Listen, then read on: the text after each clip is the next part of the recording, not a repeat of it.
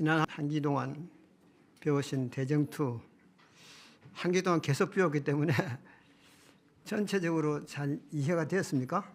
예? 아직도 어렵습니까? 오늘은 전체 요약을 해드리도록 하겠습니다. 이게 갑자기 조감도 하나 나왔는데 밀양시 신시가지 도시기획 조감도라 그래. 제가 그 70년대에는요 박정희 대통령이 연두신시를 하게 되면 언제든지 그 각 지방 지자체의 아주 중점 사업, 큰 사업들에 대한 계획서를 보고해야 되고 거기에 반드시 요약해서 보여주는 조감도가 있어야 돼요. 이 조감도는 여러분 뭔지 알죠? 새가 하늘에서 내려다보는 그림이다. 그렇게 해서 조감도라고 하죠. Bird's eye view라고 이렇게 영어로. 그래서 밀양시 신시가지 도시계획 조감도를 만들려고 그랬는데 제게 주어진 책이 이만큼 뜨고요. 이만큼. 그러면 그 책을 들여다보고 조감도를 걸어내라 하잖아요. 그러면 가서 이제 밀양시 가가지고 저 산 위에 가가지고 이제 사진을 찍고 이렇게 해가지고 이제 결국에 조감도를 그릴 수 있도록 준비를 하는데 그때 그려진 것이 이 밀양시 신시가지 조감도예요. 이걸 이제 경남도청에 부산에 있었는데 거기 이제 브리핑을 하면 박 대통령이 와가지고 고개 끄덕끄덕 하면 잘 된 거예요. 그게 아주 잘 된 거예요. 그래서 이게 이제 조감도라는 것은 전체를 한눈에 보도록 만들어진 그림이죠. 여기 들여다보면 이게 메인 다운타운이 어디 있는가, 이 신시가지가 어디 있는가, 그 다음에 여기 좀 상업지구는 어디 있는가, 그 다음에 주거지역은 어디 있는가, 메인 도로는 어디 있는가, 이런 것들이 한눈에 보입니다. 한눈에. 그래서 이거 보면은 전체적으로 아웃라인을 볼 수 있기 때문에 더 볼 게 없어요.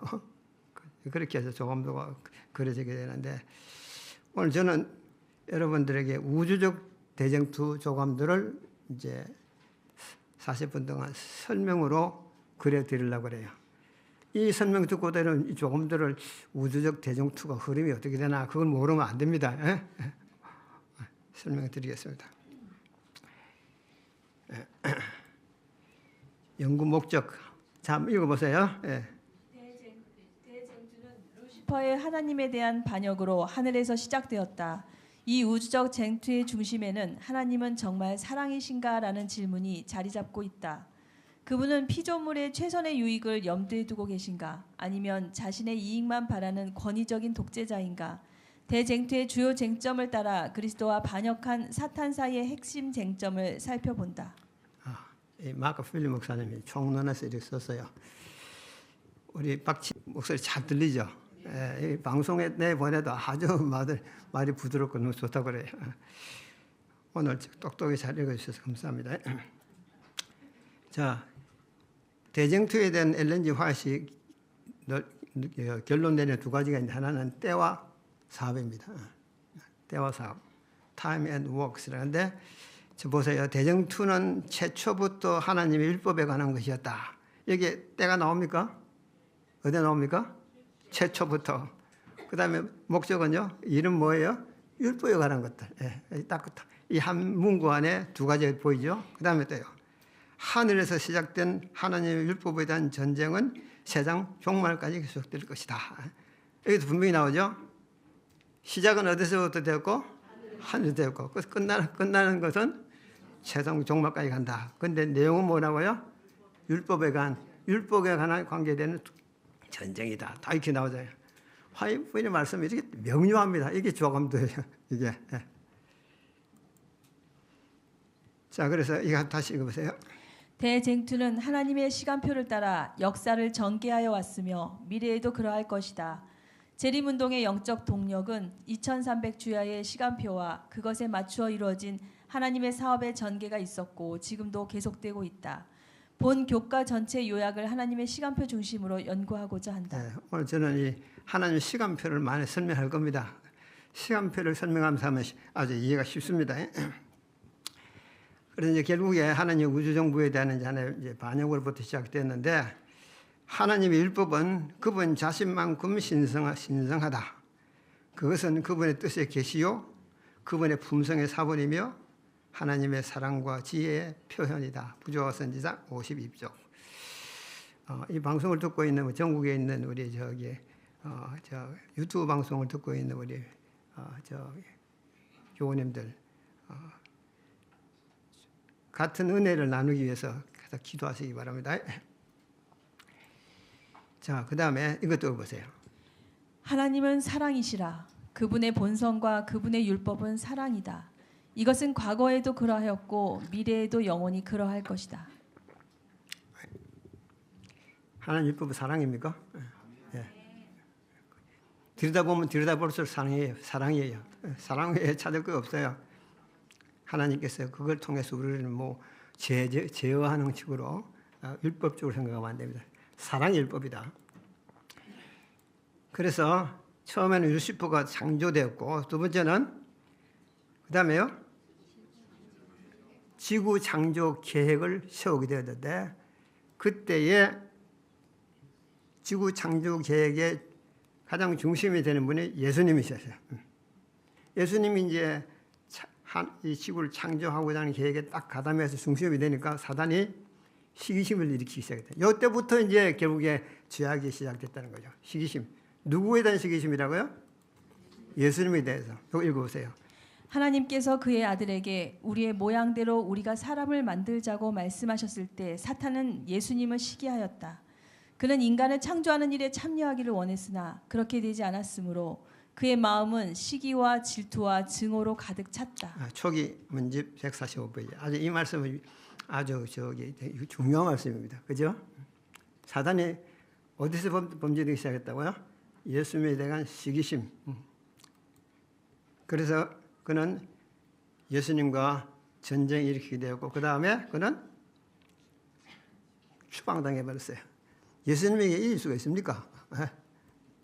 다 추방당해. 누구도 추방당했을까요? 사단과 거기에 동조한 천사들까지 다 추방당했다. 그래서 그때부터 사탄은 하나님은 권위적이고 독재자다, 이렇게 이제 참소하는 자가 되었어요. 최초의 제약의 시작, 루시퍼의 타락을 성경상으로 한번 찾아보겠는데, 시작. 너 아침의 아들 계명성이여 어찌 그리 하늘에서 떨어졌으며 너 열국을 엎은 자여 어찌 그리 땅에 찍혔는고. 내가 내 마음에 이르기를 내가 하늘에 올라 하나님의 무뼈 위에 내 자리를 높이리라. 내가 북극 지폐의 산 위에 앉으리라. 가장 높은 구름에 올라가 지극히 높은 이와 같아지리라 하는도다. 여기서 우리는 뭘 발견할 수 있습니까? 교만이죠. 교만. 높고자 하는 정신. 사단으로부터 시작된 정신이었다. 그래가지고 이제 결국 사단은 이제 자기가 죄를 짓고 쫓겨나다 보니까 하나님 정부에 대해서 이제 비난을 시작했는데, 공의와 자비와 조화되지 않는다. 율법은 결함이 있다. 그래서 피조물은 율법을 순종할 수 없다. 그러므로 율법은 변경시켜야 된다. 이런 아주 네 가지 조건을 걸고 이제 온 우주를 이제 미혹하기 시작했는데, 그러나 그리스도께서는 율법은 사랑의 법이고 피조물은 하나님의 은혜로 하나님의 법을 순종할 수 있다. 그래 여기 이제 무엇이 쟁점이 됐습니까? 무엇이 쟁점이 됐어요? 피조물들은 하나님의 법을 순종할 수 있다, 없다. 이거 정점이에요. 정점. 이것이 하나의 소송 사건이 된 거죠. 그러니 이제 하나님께서는 순종하셨다는 사실을 보여주는 것이 하나님의 의무와 책임이 되었고, 사단은 그걸 계속 이제 순종할 수 없다. 그러자마자 이제 아담을 창조했어요. 아담을 창조할 때 얼마나 완전하게 만들어내. 파란 걸 읽어보세요. 사람은 외모나 품성에 있어서 모두 하나님의 형상을 지니게 될 것이었다. 그의 본성은 하나님의 뜻과 조화되었다. 그의 마음은 하나님의 일을 이해할 수 있었다. 그의 애정은 순결하였고 그의 식욕과 감정은 이성의 지배 아래 있었다.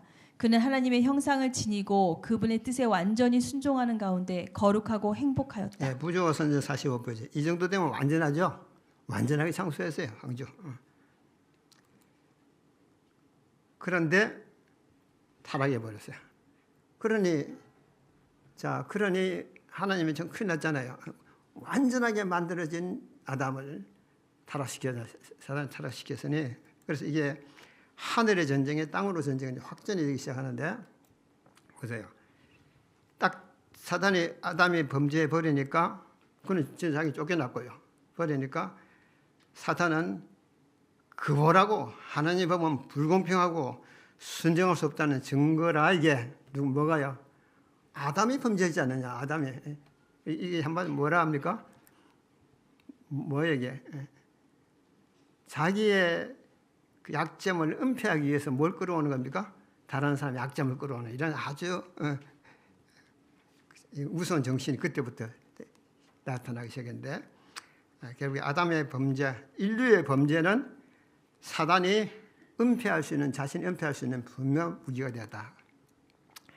그래서 그는 우리 하나님 앞에서 밤낮 참소하는 자라고 계시록 12장 10절에 말씀하셨는데, 뭐라고 참소할까요? 하나님 완전하게 만든 인간들이 저렇게 타락하는 거 보십시오. 그들을 용서하신다고요? 그러면 이제 하나님께서는 당장에 이제 창세기 3장 15절 말씀을 이제 선포하셨는데, 이것이요. 내가 너로 여자와 원수가 되게 하고 내 후손도 여자의 후손과 원수가 되게 하리니 여자의 후손은 내 머리를 상하게 할 것이요 너는 그의 발꿈치를 상하게 할 것이라 하시고, 창세기 3장 15절. 이런 구속의 경륜을 선포하셨습니다. 그러고 났을 때 아담은 이제 빙자에서 사단이 이렇게 말했어요. 하나님께서 나와 나의 천사들을 그분 앞에서 추방하시면서 동일한 죄를 범해온 이 사람들에게 상급을 주실 것입니까? 오늘날 이렇게 한다는 거죠. 어떻게 인류를 구원하셔가지고 상급을 주시고 하늘에 데려가려 하십니까? 그러려면 나와 내 부하들도 구원해 주십시오. 참 이거 아주 난처하잖아요. 남의 약점을 이용해가지고. 그래서 하는 말이, 그렇게 하시면 당신은 공의에 의해서 이렇게 할 수 없습니다. 당신의 보좌는 공의와 의로 설 수 없을 것입니다. 공의는 그들을 대적하는 선고를 내리기를 원합니다. 교회번호 권명 353페이지. 이렇게 사단은, 이쯤 되면 하나님 참 난처하잖아요. 참 난처하잖아요. 그래서 이제 하나님께서는 이제 비상회의가 열렸습니다. 이제 사단 추방해내고 끝난 것이 아니라 끊임없이 다니면서 뭘 비난하는 겁니까? 하나님은 독재자다. 자비와 공의가 어울리지 않는 율법을 가지고 있다. 그러면서 이제 끊임없이 보좌 앞에서 참소하는 자가 되었다. 그래서 이건 하나님께 비상회의를 열으셨는데, 사랑의 율법은 피조물들이 지킬 수 있는 법임을 우주 앞에 증명해내는 것이 하나님의 이제 뭐가 됐습니까? 우주 정부의 큰 뭐예요? 주제가 됐어요. 누구 앞에? 온 우주 앞에 피조물들이 하나님의 법을 즐겨 순종할 수 있다는 사실을 보여주는 것이에요. 이 일을 위해서 상조함으로부터 죽임받은 어린 양이 이제 내세워주게 됐는데, 이게 누굽니까? 예수님이시죠. 하나님과 성령 그리스도 세 분 중에서 중재자 되신 예수님께서 나섰었어요. 내가 이 일을 이제 해결하겠다. 하나님께서 이제 그에게 임무를 맡겨줬습니다.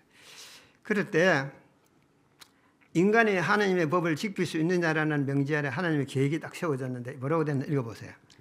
하나님과 그리스도와 성령께서는 제자들을 인간을 초월한 힘으로 무장시켜 저들과 함께 사업을 이루기 위하여 전진하시며 세상 사람들로 죄를 깨닫게 하실 것이다. 원고 145페이지. 자 보세요. 그러니까 이 인간으로 하여금 하나님의 법을 지킬 수 있도록 하고 인간을 구원하기 위해서는 하나님과 그리스도와 성령께서 같이 이 일을 역사하신다. 어떻게 한다고요? 인간을 초월한 힘으로 무장시키겠다는 거예요. 그러니까 세 분 하나님이 직접 가담해가지고 같이 일하겠다는 거예요. 그 다음에 밑에요. 우리는 하늘에 지극히 높으신 세 분, 곧 아버지와 아들과 성령과 협력해야 하며 이들은 우리를 통해 일하시며 우리를 하나님의 동역자들로 만드실 것이다. 복음 130페이지.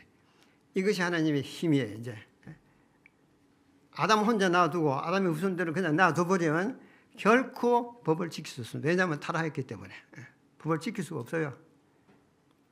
그러나 하나님의 계획은 따로 있는데 그 계획이 뭐냐면은 그들을 홀로 두면 안 된다. 너희가 나를 떠나서는 아무것도 할 수 없느니라 그랬듯이 하나님께서 인간 마음 가운데 들어오셔서 그 일을 이루시겠다는 거예요. 그래서 인간을 초월한 힘으로 무장시키겠다는 말이 그 성령을 주시겠다는 그 말이고 그 다음에 우리를 통해서 일하겠다는 거죠. 하나님의 방법입니다. 그래서 이제 이 동력자가 되는 성경적 근거 그것이 뭐냐면 신성과 인성의 연합되면 동력자가 되는 거거든요. 동력자를 만들어서 이제 법을 지키게 하겠다는 건데 동력자가 만드는 법이 여기 나와 있어요. 예수님께 이 땅에 오셨을 때에 그분은 하나님의 동력자가 되었는데 어떻게 된가 보세요. 아버지께서 내 안에 내가 아버지 안에 있는 것 같이 저희도 다 하나가 되어 우리 안에 있게 하사 세상으로 아버지께서 나를 보내신 것을 믿게 하옵소서. 네, 요한복음 17장 21절.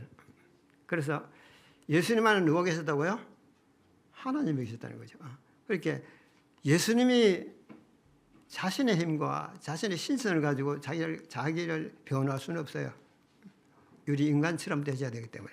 그래서 그는 신성과 연합할 때 무엇이 죄를 이길 수 있는지를 보여주시기 위해서 이 구조가 이렇게 됐습니다. 하나님과 그리스도와 성령께서 이제 우리 안에 계셔서 내가 아버지 안에 있고 아버지 내 안에 있는 것처럼 다 우리 안에 있게 하사. 그러니까 우리가 성령 안에 있고 하나님 안에 있고 예수님 안에 있고 그들은 우리 안에 있고 이런 연합이 곧 신성과 인성의 연합이다.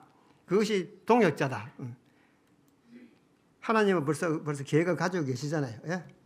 신성과 인성이 연합된 그리스도는 어떻게 되셨는가? 예수님께서 일할 때 모습 보세요. 너희의 듣는 말은 내 말이 아니요 나를 보내신 아버지의 말씀이니라. 예, 예수님께서 말씀하신 것 다 누구의 말씀이라고요? 너희 듣는 말은 내 말이 아니고 누구의 말씀이라고요? 아버지의 말씀이다. 그랬고 그 다음에 또요. 내가 너희에게 이르는 말이 스스로 하는 것이 아니라 아버지께서 내 안에 계셔 그의 일을 하시는 것이라. 예, 아버지께서 말씀하셔서 내 안에 계서 그 말씀하신 것이다. 이게 뭐라고요? 동역자이기 때문에. 동역자. 그 다음에요. 내가 아무도 못한 일을 저희 중에서 하지 아니하였더라면 저희가 죄 없었으려니와. 예, 죽은 자를 살려내고 문둥이도 고쳐내고 소견도 고쳐내고 하는 일이 뭐라고요? 세상에서 아무도 못한 일인데 그거를 누가 했다고요? 하나님께서 예수님 안에서 했다는 거죠. 모든 기적과 이적은 다 하나님께서 하셨는데 예수님을 통해서 했다. 이것이 동역자라는 거죠. 그래서 대중도 진행을 보시면 첫 번째 신성과 인성에 연합하여 하나님의 동역자가 된다. 때를 정하여 능력을 나타낸다. 여자의 후손, 예수님이 먼저 하나님과 동역자가 된다. 여자의 후손의 남은 자손이 예수님과 동역자가 된다. 최후의 결전장에서 예수님이 남은 자손의 마음속에서 연합하여 사탄과 싸운다. 네. 그래서 예수님이 동역자가 먼저 되시고 그다음에 그 예수님이 우리 안에 들어오셔서 우리와 동역자가 되셔서 이 사업을 마치겠다는 거죠. 그래서 이제 이 사업을 전개해 나가는데 시간표가 이제 필요하죠. 시간표가 어찌 되냐면요. 역사와 예언 시간표는 연대수와 세대수를 병행해 적용하는데 읽어보세요. 죄가 세대를 거치면서 증가한다는 것이다. 대체로 아이들은 부모의 성질과 성벽을 물려받으며 부모를 본받는다. 그같이 하여 부모의 죄는 대대로 그들의 자손들에 의하여 행하여진다. 이와 같이 함이 나타낸 비열함과 불경을 그의 자손들이 되풀이하였으며 여러 세대 동안 걸쳐 그들에게 저주를 가져왔다. 계속되는 매 세대마다 방종의 도수가 점차로 높아진 것이다. 그래서 여기 뭡니까? 죄를 처리하는 일의 연대는 뭐라고요? 연대보다는 세대로 계산하는 게 많다는 거예요. 여기 보세요. 여기 보면 여기 보면 보세요. 구약 시대에 몇 대입니까? 62대. 신약 시대는 62대. 그렇죠. 이렇게 덮여놓으면 다 보십시오. 첫 아담부터 둘째 아담이 생길 때까지가 총 62대고요. 그다음에 아브라함부터 둘째 아담 때까지가 42대고 그래요. 그 62대가 세워졌고 그다음에요. 신약 시대도 62대예요. 어디까지예요? 1844년까지가 62대예요. 구약 시대도 62대고 신약 시대 62대를 이제 할애하셨는데 그 중에서 42대, 42대를 사단이 지배하는 세월이 1260년도가 이루어졌다. 이 대수를 이렇게 계산하면 하는 것이 쉽다는 거죠. 그래서 첫 번째 대수 동안에는 둘째 아담이 이제 태어나게 되었고, 그 다음에 나머지 62대 동안에는 남은 자손이 태어나게 됐다. 첫 번째, 둘째 아담까지는 이 예수님이 태어나는 것을 방해하기 위해 가지고 오랜 시간 동안 참 사단과 많은 투정을 했는데, 그 이도표를 잘 유념하시면서 보겠습니다. 하나님 시간표고요. 그래서 예수님이 정한 때에 둘째 아담이 되셨고, 그 다음에 짐승이 42달 일하고 나서 1844년 됐을 때에 또 정한 때가 돼. 때는 두 곳입니다. 누구야? 하나님의 동력자가 되는 때 예수님, 그 다음에 마지막 하나님의 동력자가 크게 일하실 때는 1844년이다. 이 성경에 만들어진 때입니다. 그럼 1844년 이후에 시간이 있을까요? 없을까요? 없어요. 하나님이 정하는 시간이 1844년까지라 그때에 만일에 복음이 빨리 전파되었더라면 지구 역사는 19세기 중엽에 끝났을 것이다 그랬어요. 우리 여기까지 안 옵니다. 그 후로 몇 년 지났습니까? 180년이 지나와서 우리가 아직 안 끝나고 있는데 이게 하나님께서 시간을 많이 주시려고 한 것이 아니라 빨리 못 맞추기 때문에 그런 거예요. 그렇게 그때 벌써 끝날 수가 있다. 이게 1844년에 정한 때다. 자, 이건 다 넘어가겠습니다. 예. 그래서 이제 예수님께서 이 정한 때에 오셔가지고 뭘 하셨냐면 동력자가 된다는 것이 뭐다는 사실을 보여주시고 하나님의 법을 지킬 수 있다는 사실을 막 증명해 버렸어요. 예, 읽어보세요. 그리스도께서는 당신의 생애와 죽음을 통하여 하나님의 공의는 그분의 자비를 손상시키지 않을 뿐 아니라 죄는 용서받을 수 있고 하나님의 율법은 의로우며 온전히 순종할 수 있다는 사실을 입증하셨다. 율법에 대한 사탄의 비난은 반박을 당했다. 하나님께서는 인류에게 그분의 사랑의 명백한 증거를 주셨다. 예, 소망 762페이지. 예. 그래서 예수님께서 이미 오셔서 결국에 하나님 법을 지킬 수 있다고 하는 사실을 완전히 드러내버렸다. 동의자로서. 그렇게 하니까 하나님께서 이제 그러고 하고 나서 이제 예수님께서 하늘을 승천하셨을 때 하늘에서 예수님에게 큰 임무를 맡겼는데 뭐냐면 신약 시대를 통치하고 신약 시대를 이끌어 나갈 군대 장관으로 임명을 했습니다. 여기 보세요. 그 두루마리를 펴거나 보거나 하기에 합당한 자가 보이지 아니하기로 내가 크게 울었더니 장로 중에 한 사람이 내게 말하되 울지 말라. 유대의 지파의 사자 다윗의 뿌리가 이겼으니 그 두루마리와 그 7인을 떼시리라 하더라. 예, 계시록 5장 4절 5절. 그러면 7인을 뗄 때마다 무슨 일이 일어났죠? 신약의 역사가 쭉 전개되는 것이에요. 그걸 누가 주관한다고요? 예수님께서 오셔서 동역자가 되셨기 때문에 신약 시대를 이끌어 나갈 군대 장관이 됐다는 거죠. 그래서 이거 보세요. 일곱 시대의 역사를 예수님께서 이렇게 이제 주관하셨고 신약 역사의 주관자가 이끌어 나가는 이 역사가 이번 배우는 교과입니다. 이번 교과 배웠잖아요. 신약 시대의 역사 속에 뭡니까? 그리스도와 사단의 대장투가 들어있는 것이에요. 이 역사를 누가 주관하신다고요? 그리스도께서 주관하신대. 그리스도께 주관하시는데 그리스도는 하늘에 계시잖아요. 그러나 하나님께서 그리스도를 통해 가지고 성령을 보내준 거죠. 이제는 모든 인류에게 하나님의 법을 지킬 수 있는 능력을 부어주시는데 그것이 우리에게 준 성령입니다. 내가 가는 것이 너에게 유익이라. 내가 가면 성령을 내게 보내지 못하지만은 올라가면 하나님께서 내게 성령을 주시면은 너희들에게 성령을 부어주시겠다. 그래서 성령을 부어주신 성령을 통해서 우리는 뭐 할 수 있다고요? 하나님의 법을 지킬 수 있다는 거예요. 이번에 우리가 이걸 배우는 것이죠. 이걸 좀 더 요약해 보겠습니다.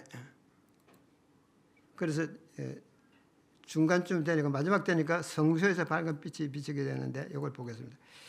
이 시기 동안에 사단의 활동들이 무섭게 나타났는데 첫 번째는요. 하늘과의 기도와 중보를 단절시켜 버렸다. 그러나 하늘과 교통하는 적은 무리들이 반드시 나타났거든. 그다음 두 번째는요. 안식일을 파괴하고 인류의 협령을 세우고 하나님의 법을 파괴하는 거예요. 그러나 하나님의 안식일을 거룩히 지키는 무리가 적은 무리가 있어 왔다.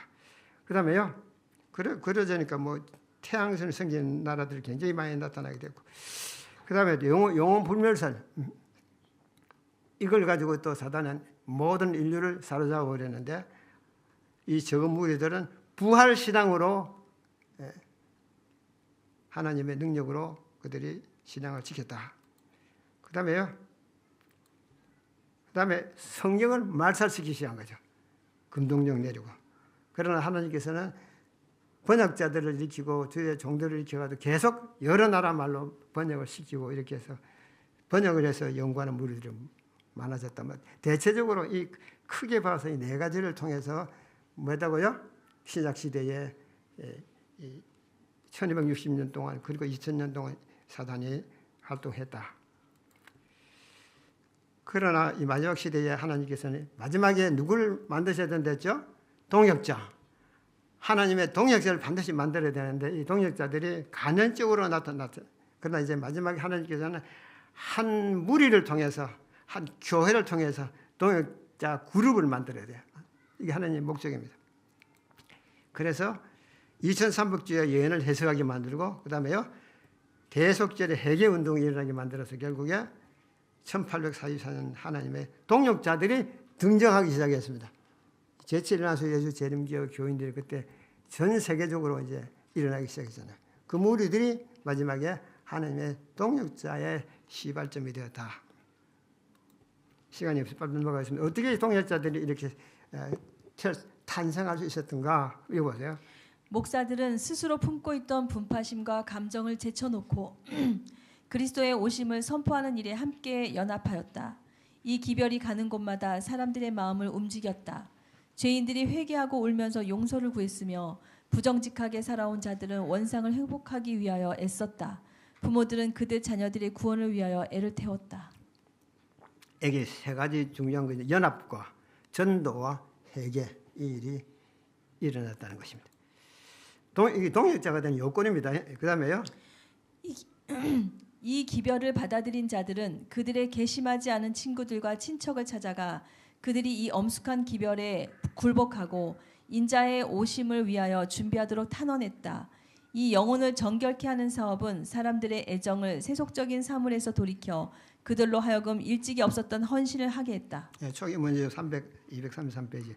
선교 정신과 영혼을 정결하게 하는 정신과 정신이 이 참 하나님의 동역자가 되기를 원하는 모든 자들에게 나타났다. 이것이 하나님의 동역자가 되는 뭐예요? 요건입니다. 그래서 이 일이 일어났기 때문에 하나님께서는 그들을 동역자로 택하시고 마지막 임무를 맡겨 주셨다. 그래서 이제 결국에 이 시대에 하늘 성소의 정결과 땅에서 늦습니다. 마음의 성소의 정결 사업을 완성했습니다. 그때야. 그 다음에 남은 무리는 생각으로도 죄를 범치 않은 자들이 되었고, 그 다음에 하늘 성소의 정결과 땅에서는 늦은 비가 부어지도록 준비됐다. 그래서 성경에 나오는 성도들이 내가 여기 있나니 저희는 하나님의 계명과 예수님 믿음을 지키는 자이라는 이 무리들이 탄생하게 되었다. 적지만은 이걸 전체적으로 보자면 이렇게 됐습니다.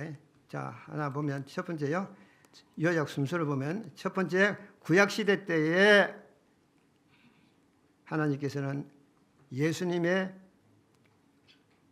탄생할 수 있는 모든 여건이 갖추어지도록 해서 62대 동안에 예수님 탄생하게 하셨고, 그 다음에 예수님께서 두 번째는 탄생하셨고, 그 다음에 동역자가 되셨고, 그 다음에 120명의 제자들을 만들었고, 그렇게 해서 그들에게 이름을 부어서 그 다음에 신약 시대를 진약하게 되었고, 그 다음에 또 그들을 통해서 1844년에 뭐가 됐습니까? 하나님의 남은 무리 동역자들이 탄생하게 되었다. 그래서 여자의 후손의 남은 자손이 탄생하게 되었다. 누구를 통해서요? 여자의 후손 예수님을 통해서 마지막에 여자의 후손의 남은 자손이 탄생하게 되었다. 그들을 통해서 짐승과 그 우상과 최후의 전쟁을 하게 한다. 어디가 가장 관건입니까? 10번. 이것이 온 우주 앞에 뭐라는 겁니까? 이제 사단과 그의 천사들과 그리스도와 그의 천사들의 마지막 대결이다. 이 대결장에서 일할 수 있도록 주님께서 동역자들을 만드셨다. 이렇게 볼 수 있습니다. 자, 이렇게 이제 다시 보면 이렇습니다. 구약 시대에 만들어진 동역자와 신약 시대에 만드는 동역자들이 이렇게 됩니다. 앞에는 여자의 후손의 그리스도, 그 다음에 여자의 후손의 남은 자손은 여자의 후손의 남은 자손, 이 둘이 연합해서 결국에 뭐 한다고요? 투쟁에 들어간다. 예수님은 이긴 자입니다. 그죠? 그리고 우리는요, 우리 남은 무리들도 이긴 자예요. 이긴 자의 공통 부모가 있는 것이에요. 이들이 연합해서 일을 하게 되는데 그 일이 어떻게 되느냐? 연합해 일할 때에 하나님께 늦은 빛 성령을 부어주십니다. 그때에 동역자들에게 늦은 빛 성령의 능력이 나타나게 되는데 그리스도께서 남은 자를 통해서 싸운다. 동역자는 뭐라고 그랬죠? 하나님이 그리스도 안에서 하나님이 일하셨고, 그 다음에 남은 자들은 남은 자손 안에 그리스도께 들어오셔가지고 그리스도가 일하는 것이에요. 그 일을 지금 해나가는 것인데, 읽어보세요. 그의 옷에 만왕의 왕이요 만주의 주라고 쓰신 분이 희고 깨끗한 세마포를 입고 백마를 탄 군대를 영솔하고 나오실 것이다. 계시록 18장에 나오는 천사의 영광으로 땅이 환하여질 때 선하거나 악한 종교 집단은 잠에서 깨어날 것이며 살아계신 하나님의 군대가 전장에 나아갈 것이다. 네, 이 전쟁은 어느 전쟁입니까? 최후의 마지막 전쟁, 우주의 전쟁입니다. 이 전쟁이 누가 싸운다고요? 누가 싸운다고요? 우리 안에 계신 그리스도께서 나타난다는 거죠. 나타난다는 거죠. 야, 인간들에게서 무슨 그리스도 나타, 무슨 이 삶이 무슨 어떤 삶이 어떻게 될 것인가? 굉장히 궁금하죠. 우리 안에서 역사하신 그리스도가 가시적으로 나타날 때 어떤 현상이 일어나게 될 것인가? 옛날 유대 땅에서 이스라엘 백성들이 예수님이 나타난 걸 보고 우리가 이걸 보지 못했다. 처음 보는 일이다. 이건 처음 있는 교훈이다. 아주 막 그랬잖아요. 그 것처럼 마지막 시대에 연약한 우리를 통해서 하나님이 역사하시는 역사가 나타나게 될 것입니다. 그렇게 해서 이제 복음상을 마칠 것인데, 이 계시록 18장에 나오는 천사는 바로 늦은 빛 성령의 천사다. 계시록 18장 천사는 늦은 빛 천사라고 생각하시면 됩니다. 그러니까 이 천사가 나타날 때에 만왕의 왕 만주 대신 백마를 타신 그리스도께서 이제 뭐 하는 겁니까? 전쟁의 선봉장에서 나서서 일하게 될 것이다. 이 세상에는요, 전 세계 흩어진 바알에게 무릎 꿇지 않은 자들이 엄청나게 많아요. 여기 보면요, 어디에 있습니까?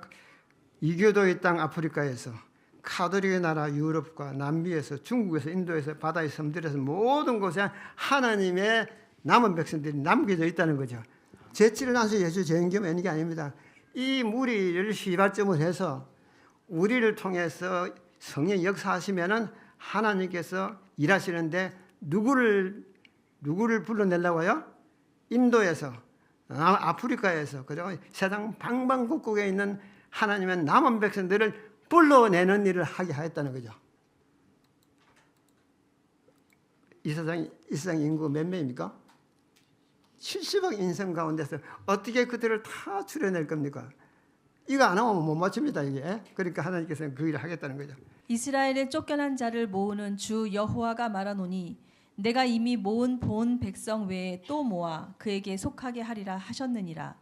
두려워 말라. 내가 너와 함께하여 네 자손을 동방에서부터 오게 하며 서방에서부터 너를 모을 것이며 내가 북방에게 이르기를 놓으라. 남방에게 이르기를 구류하지 말라. 내 아들들을 원방에서 이끌며 내 딸들을 땅끝에서 오게 하라. 이사야 43장 5절. 이 영상에 뭐 볼 수 있습니까?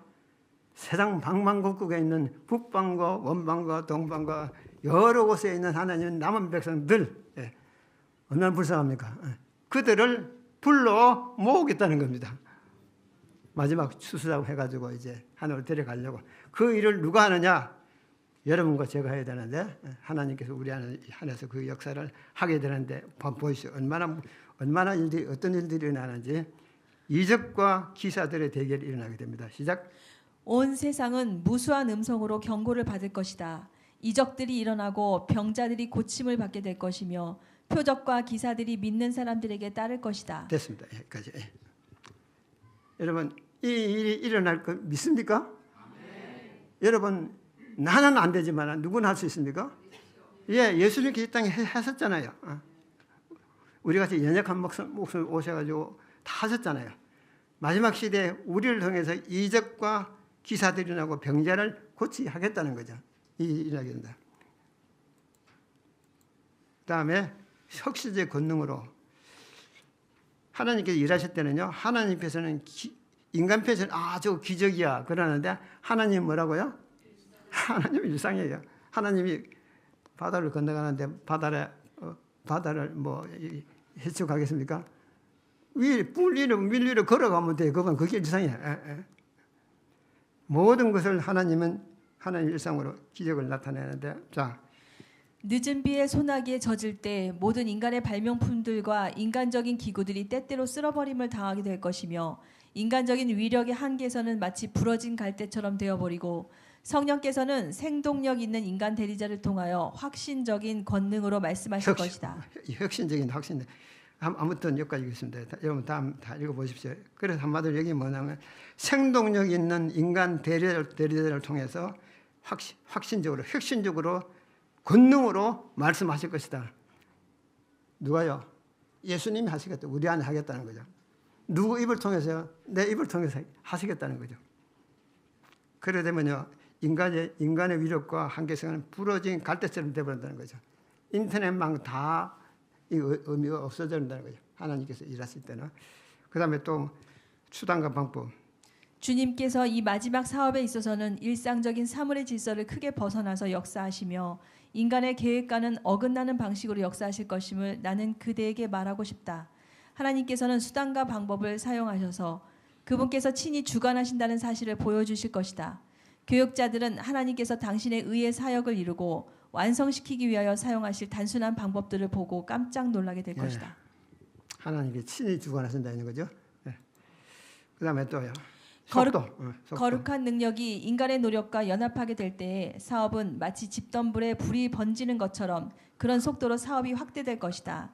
하나님께서는 인간이 식별할 수 없는 매개물들을 부리실 것이며 인간이 하나님의 주장에 호응하기를 거부하지 않았던들 성취할 수 있었던 축복을 누렸을 그런 사업을 천사들이 수행할 것이다. 네, 마지막은 이렇게 해서 말씀. 여러분 읽어드리는 이 구절을 들어보니까 가능할 것 같아요? 안 가능하지 않을 것 같아요? 예, 전 세계 70억 인생 가운데 하나님의 백성을 불러내고 그들에게 의를 선포하고 하나님의 율법을 선포하고 그렇게 하는 모든 일이 가능하다는 것이죠. 예. 그래서 이제 그렇게 되니까 막 백성들이 이제 그것은 이제 나오게 되고 이제 우리가 연합하게 되고 이러니까 사단이 광분하게 됩니다. 이 마지막 전쟁의 큰 이제 전쟁 마당이 되는데 사단은 짐승표를 만들어서 강신수를 이용하고 적그리스도가 나타나가지고 불이 하늘에 내려오게 만들고 매매권을 만들어서 사고 팔지 못하게 만들고 이런 아주 강압적인 일들을 정부와 협력해서 하겠다는 거죠.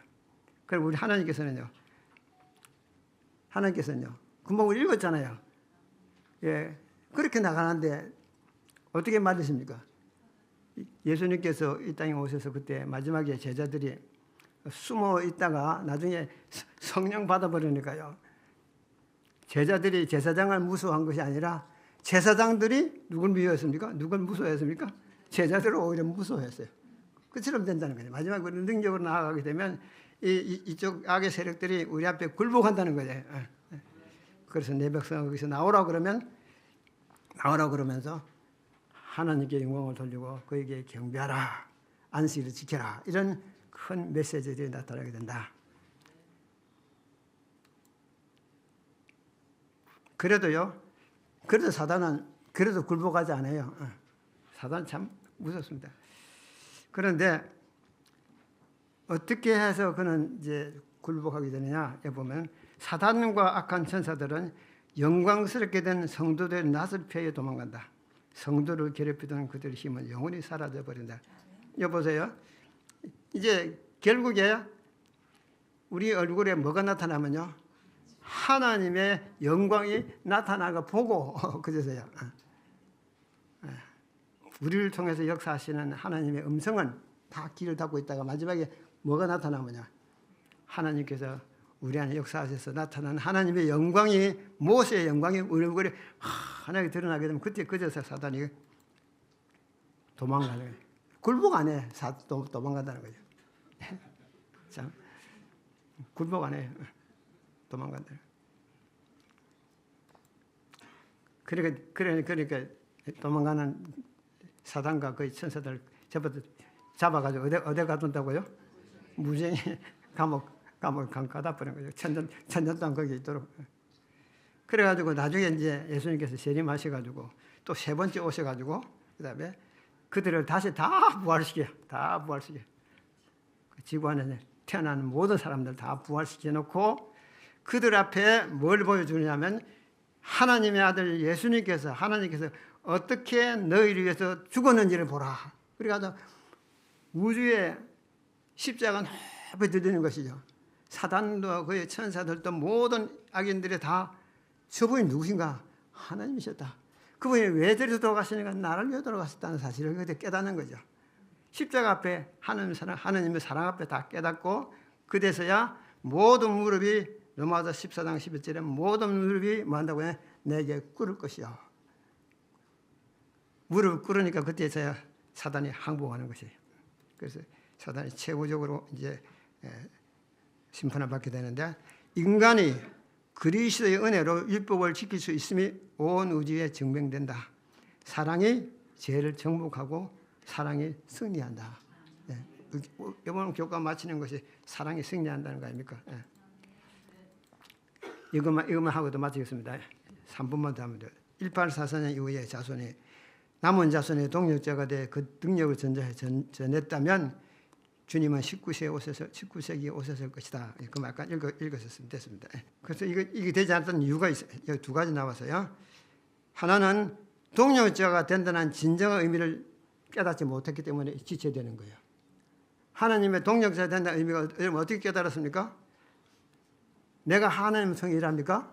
하나님은 나를 통해 일하는 거예요. 나는 주님께 굴복하고 하나님이 일하도록 내버려주는 것이 동력자예요. 그런데 우리는 하나님을 자꾸 이용하려고 그래. 그렇게 하는 게 아니에요.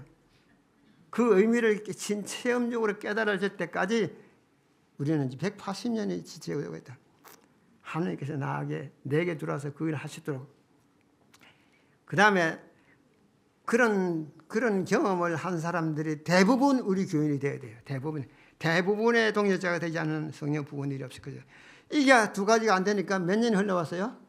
180년 흘러봐도 못 맞추고 있어요. 그러면 어떻게 해야 되겠어요? 두 가지를 우리를 통해서 할 수 있도록 우리가 내 자아를 주님께 굴복시켜야 됩니다. 시간이 다 됐네요. 네.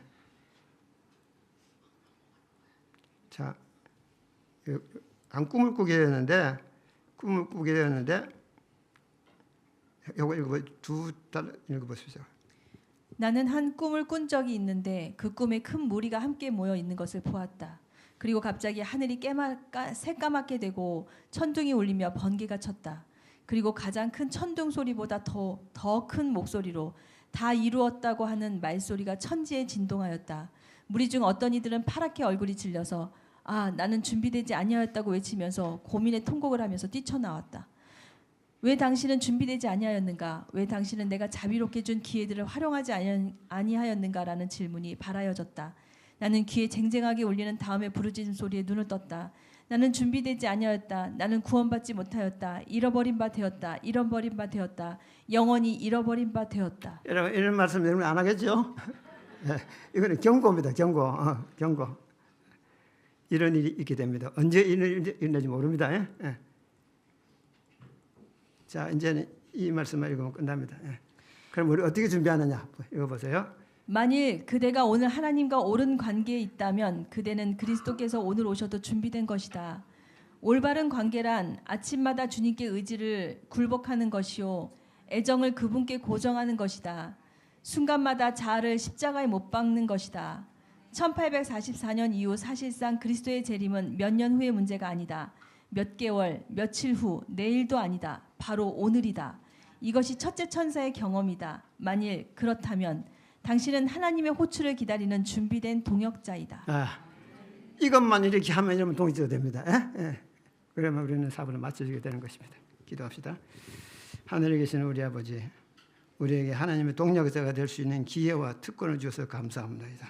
모든 것을 그리스도에 의탁하고 십자가에 못 박고 그분의 역사대로 움직여 나가는 하나님의 진정한 동역자들이 되도록 도와주시옵소서. 예수님의 이름으로 기도합니다.